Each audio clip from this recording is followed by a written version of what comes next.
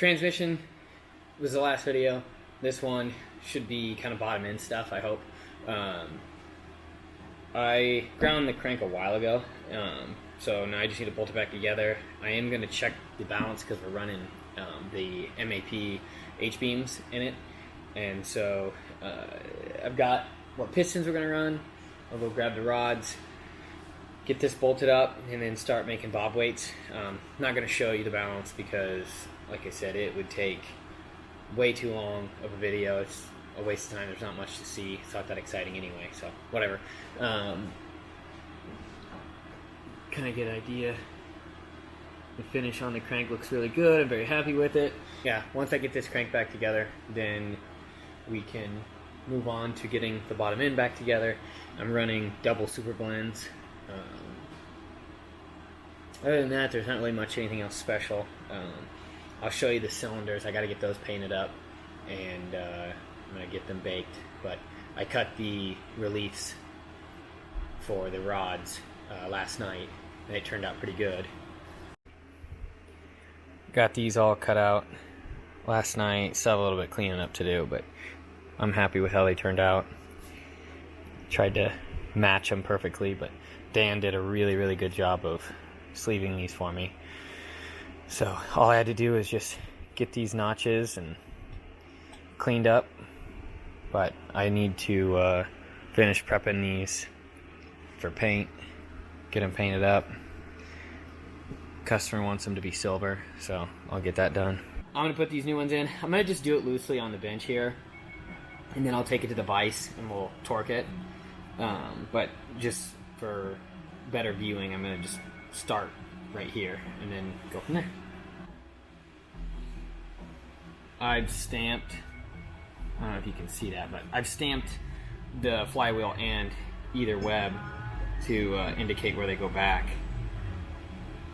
So that way, you know, things should always go back where they came from, like, you know, rods, you know, crank parts, everything needs to kind of return back to where it came from. That way you don't have to worry about misalignment or things not fitting the way they should.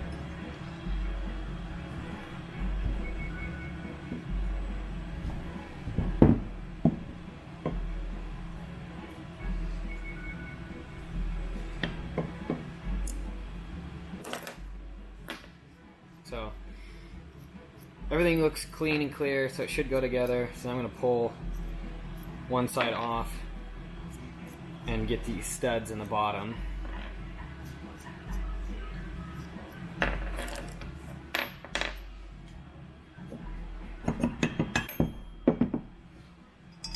I've had a few different times when you go to put it together and things don't want to go and you don't know what it is, so I always like to just kind of test it out without any hardware in the way, and then that way you know. So now I've got those in. Side back on. Can wiggle it.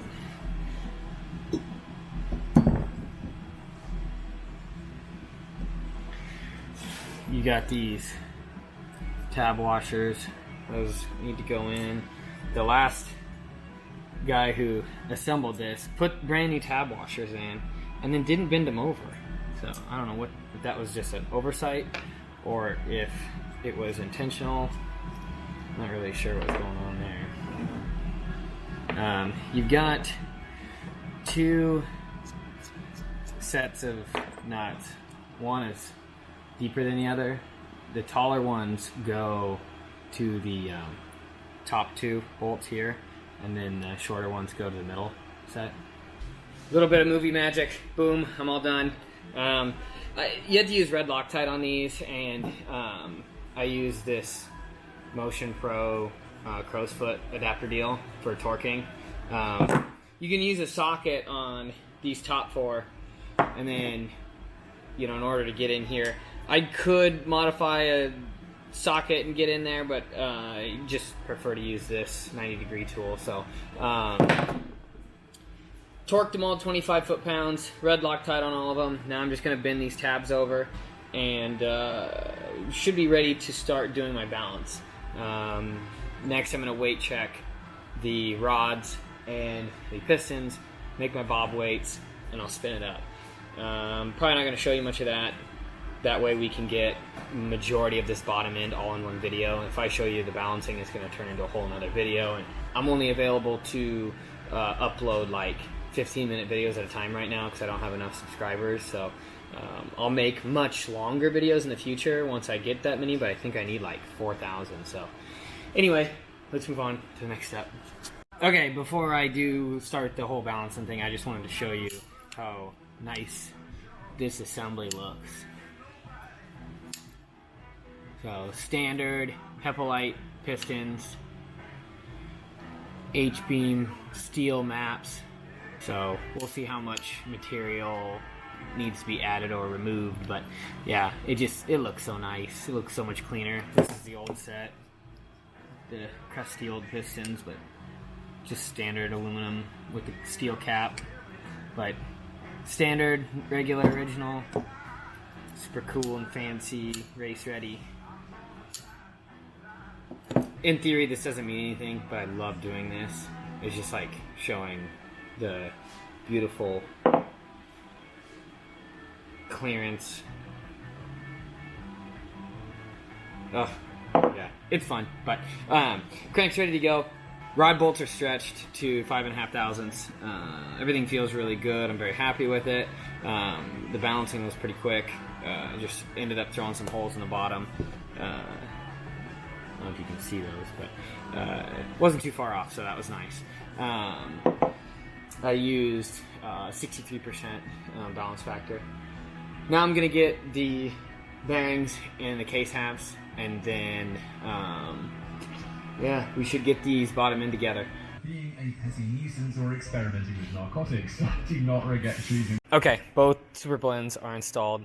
The nice thing about these is you get 10 to 24 thousandths in float. So I got to get these inner races installed onto the crankshaft, get those put on, and then once they're installed, I will test fit the case halves together and see what the inflow is.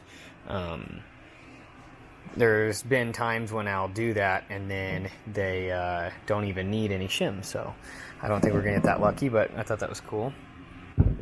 I also have cleaned up the gasket surfaces about as best I can. They've all been gouged pretty horribly. The oil pump surface has been pretty chewed up. Somebody used something sharp to scrape at it, so you know, that's cool. And then this timing chest gasket area has some ugly spots in it too, so I'm very disappointed in whoever did that, but you know, chisels and screwdrivers and razor blades are the right way to do it. Otherwise, there's a little bit of porosity here. I need to get that oil seal installed before I finally assemble all of this, but you know, it's kind of fun doing a patina build. Most everything else I have to like super scrub, but just normal cleanup on this one and no blasting makes it pretty easy. But yeah. Okay, I don't know if this will focus well enough for you to see, but like I was saying, I think it's about 12 is what I'm getting. If I really press on it, which you're getting flex, you know, it goes a little past, but that is perfect. I am good to go. And that is no shim, so lucked out on that one again. Like I said, it happens every once in a while. I didn't think this one was going to be that good, but I'm going to pop it back apart and put the cam in, seal the case halves. I got to get this seal put in really quick, but yep, cool, awesome. Case halves are ready to go back together. I've got the cam in place. Spring is behind the breather plate, and you can see, well, maybe you can see, it's definitely engaged.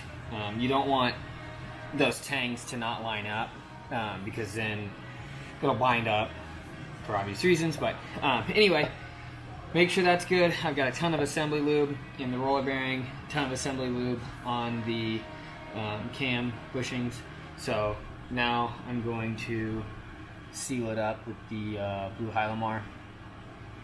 And then I'll throw the crank in and the two case halves back together and bolt it up, and we should be good to go.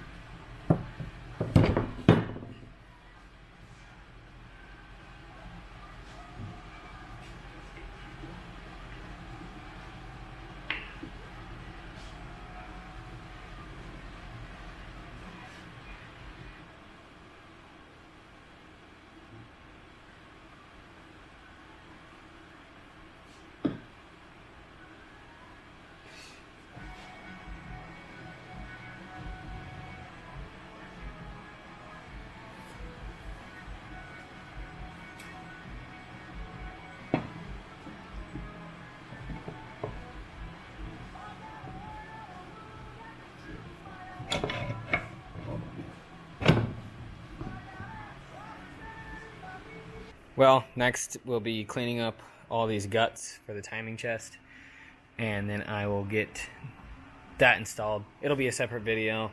I don't know, we'll see. I have no idea how long this last one was, but we'll have one for the transmission, one for the bottom end, minus all of this, I guess. We'll see how it turns out. Like I said, it sucks that all my videos have to be, you know, under 15 minutes, but I don't know, we'll see what I end up doing. The cylinders are drying, and then I will bake them next. Hopefully they look nice and shiny. They look good now, but I could have done more of a silverish lacquer, but that stuff just doesn't stick. So the engine enamel from Duplicolor works great, so this is their shiny aluminum look, but it should look good all together.